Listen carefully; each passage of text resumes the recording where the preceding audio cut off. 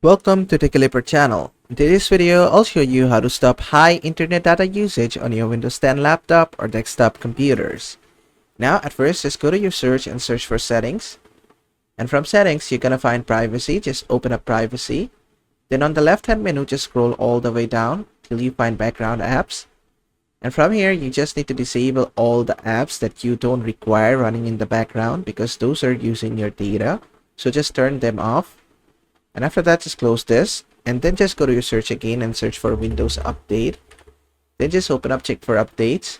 From the left hand menu, make sure you're on Windows Update. And from here, go to advanced options and make sure every single option is turned off from here. And after that, just close this. And then what you have to do is just go to settings again. From here, just go to network and internet. And on the left hand menu, if you're using Wi-Fi, you'll see Wi-Fi. I'm using Ethernet, so I select Ethernet from here. And after that, just click on network.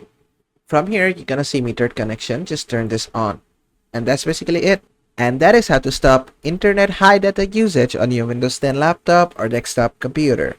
I hope this video was helpful. If it was, please give it a thumbs up and don't forget to subscribe.